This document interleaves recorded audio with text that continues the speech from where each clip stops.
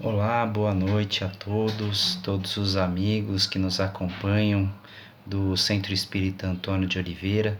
É uma grande alegria a gente poder se reunir mais um tempinho para que a gente possa estudar essa obra maravilhosa de Humberto de Campos, trazida pela psicografia de Chico Xavier, que se intitula Boa Nova. E o capítulo que nós vamos estudar hoje é o capítulo 21, Lição de Vigilância. Eu já estou aqui com o texto preparado para a gente estudar, mas vamos inicialmente começar fazendo a nossa prece. Vamos nos assentando confortavelmente onde nós estivermos, elevando nosso pensamento a Jesus, a Deus, nosso Pai, nosso grande irmão, nosso amigo de todas as horas, o Mestre Jesus, pedindo a Ele, Senhor, que nestes instantes em que passaremos aqui, tenhamos a Tua companhia e inspiração para trazer a Tua mensagem aos nossos irmãos, que possamos ter clareza, objetividade e que essa mensagem seja transmitida com toda a energia de que carrega o teu amor, as tuas intenções. Que sejamos felizes no estudo de hoje. Que assim seja, graças a Deus.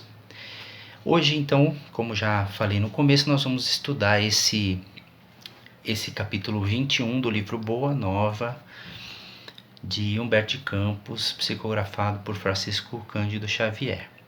E esse capítulo, ele tem um direcionamento interessante, que é despertar a nossa vigilância, o nosso pensamento, porque muitas vezes, desapercebidamente, nós nos deixamos levar pelos pensamentos mais pessimistas, mais tristes, tentando buscar como sendo algo divino as facilidades do mundo.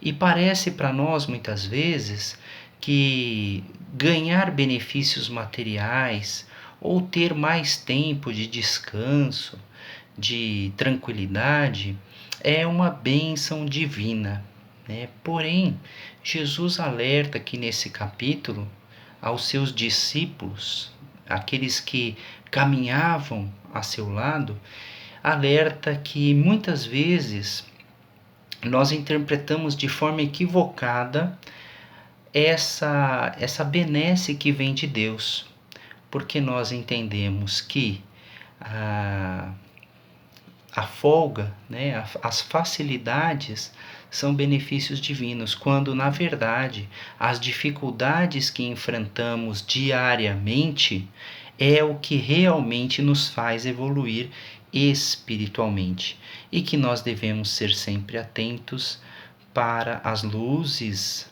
dessa vida espiritual, muito mais do que as facilidades da vida material. Mas vamos entender como que foi a didática de Jesus explicando isso para os seus discípulos. Não esquecendo que os discípulos que seguiam o mestre eram aqueles que estavam mais próximos dele, que viam efetivamente as suas lições, que viam o seu comportamento, que viam aquilo que ele fazia, aquilo que ele falava, aquilo que ele acreditava. Ok? Mas vamos entender. Era chegado o momento, então, que Jesus estava próximo do seu retorno à pátria espiritual. E ele tinha a grande missão agora de deixar os homens que o acompanhavam, os seus discípulos, mais fortalecidos para poder levar a sua mensagem e continuar cuidando do mundo com tudo aquilo que ele ensinou. Pois bem, aproximando-se então da sua passagem pelos caminhos da terra, reuniu seus 12 discípulos e a fim de lhes consolidar nos corações o santificado princípio da sua doutrina de redenção, para poder trazer o ensinamento. Jesus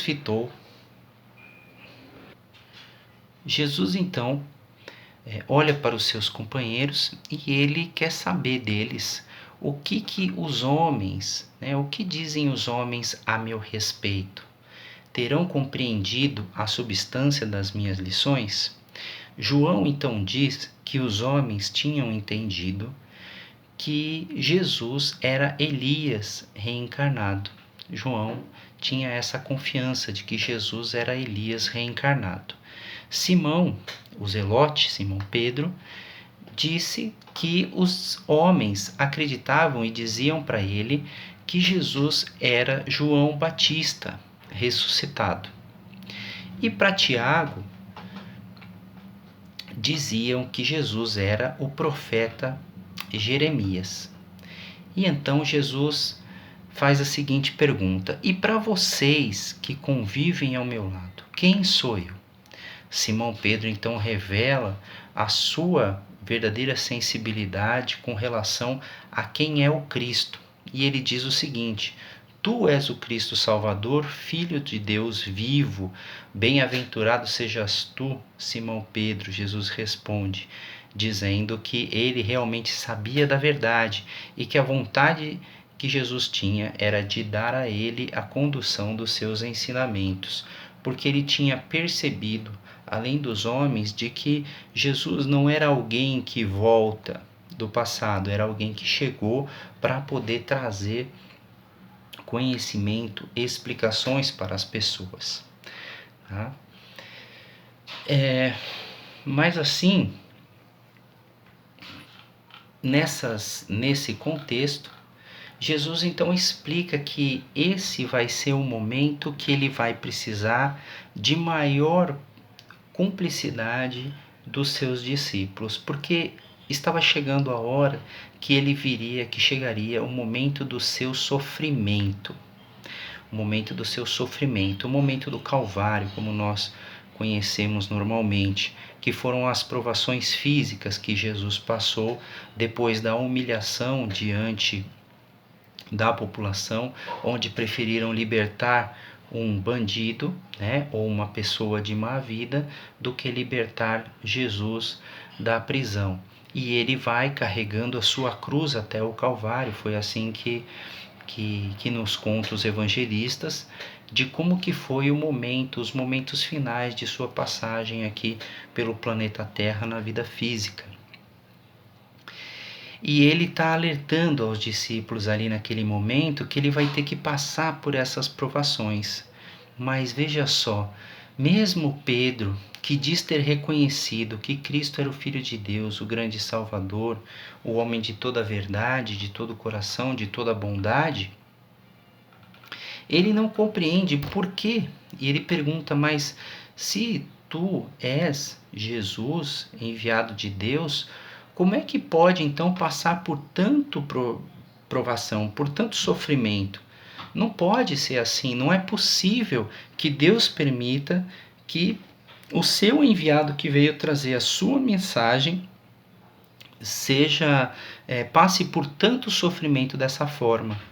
E Jesus responde a ele de uma forma direta e muito contundente, dizendo: Pedro, então você não entendeu nada da minha mensagem. Eu não vim aqui para ter as facilidades do mundo. Eu vim aqui para determinar exatamente isso, o que é a nossa vida, a resignação pela qual nós devemos ter em todos os momentos da vida, em todas as situações, e a confiança em que nós devemos ter para Deus na sua justiça e na sua verdadeira misericórdia. Ou seja, com essas lições, Jesus está tentando alertar a todos nós, na verdade, e Humberto de Campos trouxe essa mensagem para que a gente perceba que, na verdade, o nosso compromisso, a nossa existência terrena é uma vida, sim, de muitas provações, porque são essas provações que nos depuram, que nos fortalecem, que nos levam para próximo de Jesus. Vamos tentar fazer um exemplo na prática. Quantas vezes, quando nós recebemos benefícios, férias, promoções, por quantas vezes a gente tem lembrado de Deus pela saúde que nós temos, pelo dia quando acordamos, pela respiração que temos, por podermos caminhar, andar, enxergar, uns com mais dificuldade, outros com menos, mas todas essas benesses nos são dadas todos os dias. Porém, dificilmente nós nos lembramos de agradecer a Deus por tudo isso que nós recebemos. Mas veja, pelo nosso estágio evolutivo, pela situação em que nós estamos, nós ainda não reconhecemos de forma clara, de forma simples, de forma fácil, que nós temos todos esses benefícios nos dados por Deus e que nós precisamos utilizá-lo para a nossa evolução. Mas lembre-se da última vez que nós ficamos doentes, ou alguma pessoa que nós amamos que também passou por incríveis necessidades de saúde, de recuperação, por problemas financeiros. Quando nós estávamos passando por essa dificuldade, quantas vezes nós oramos, quantas vezes nós unimos as mãos e até nos ajoelhamos, pedindo a Deus que nos ajude, que nos ampare, que a sua misericórdia seja praticada na nossa vida, que a gente possa receber as bênçãos dos céus, para que a gente resolva os nossos problemas. Quantas vezes nós oramos, quantas vezes nós pedimos, quantas vezes nós vamos ao centro, assistimos palestras, recebemos passes, sempre que nós estamos nos momentos mais difíceis da nossa vida. E o Cristo alerta que não são pelas facilidades do mundo que nós vamos conquistar a nossa evolução espiritual. Lembra a Simão Pedro mais uma vez que o reino dos céus está longe da realidade do que nós temos aqui na terra e que para nós conquistarmos o reino dos céus deveremos fazer exatamente como ele fez, inclusive a famosa frase: aquele que vier após mim, que pegue a sua cruz e siga-me, porque sabe que na vida de cada um que entende as verdades espirituais do mundo, sabe que a nossa vida não é cheia de facilidades. Isso não quer dizer que nós não temos que ter alegria, porque isso é reconhecimento pela bondade divina. Isso quer dizer que nós temos que enfrentar todas as situações com coragem, com força e acreditando que essa situação está nos levando para um patamar evolutivo maior. Nós vamos sair de todas as dificuldades que se apresentarem na nossa vida mais fortalecidos, mais engrandecidos, mais espiritualizados. É isso que foi a missão de Jesus Cristo, mostrar para nós que a nossa vida não é para ser de regalias, de facilidades, de festas, de ilusões, mas que a nossa vida é o enfrentamento das dificuldades que nos leva à superação e enfrentar essas dificuldades com alegria, amando ao próximo, fazendo ao próximo aquilo que gostaria que fizessem conosco, é a lição maior que nós precisamos aprender nessa existência. Praticando essa existência, praticando essa lição de amor, é que nós vamos sair do outro lado, ou seja, no final da nossa existência física, nós vamos acompanhar Jesus nas esferas superiores, cada vez mais caminhando ao seu lado. Eu desejo então muita paz a todos e que possamos agora fazer as nossas vibrações por todos aqueles que estão nos hospitais, que estão necessitando de coragem, de força, de entendimento, de fé, de confiança. Senhor, que eles possam ser neste instante imbuídos de todo o teu amor, para que eles sintam a presença divina que paira sobre nós, que nós não estamos largados ao acaso e nós pertencemos a um grande núcleo de aprendizado, uma casa, uma escola que é o nosso planeta Terra, que vamos passar por todas essas dificuldades e sairemos vitoriosos e felizes por termos passado por tudo isso. Sentiremos saudade de todos os momentos mais delicados de nossa vida quando estivermos próximo do momento do nosso retorno à pátria espiritual, reconhecendo que tivemos uma vida digna, dedicada, de muito aprendizado, e que esses nossos irmãos possam sentir essa tua lição de paz, de sobriedade, de equilíbrio. E assim, Mestre, te agradecemos pelas tuas lições, pelo teu aprendizado, por estar conosco hoje e sempre, por caminhar ao nosso lado. Que a tua paz esteja conosco por toda essa semana e até o nosso próximo encontro.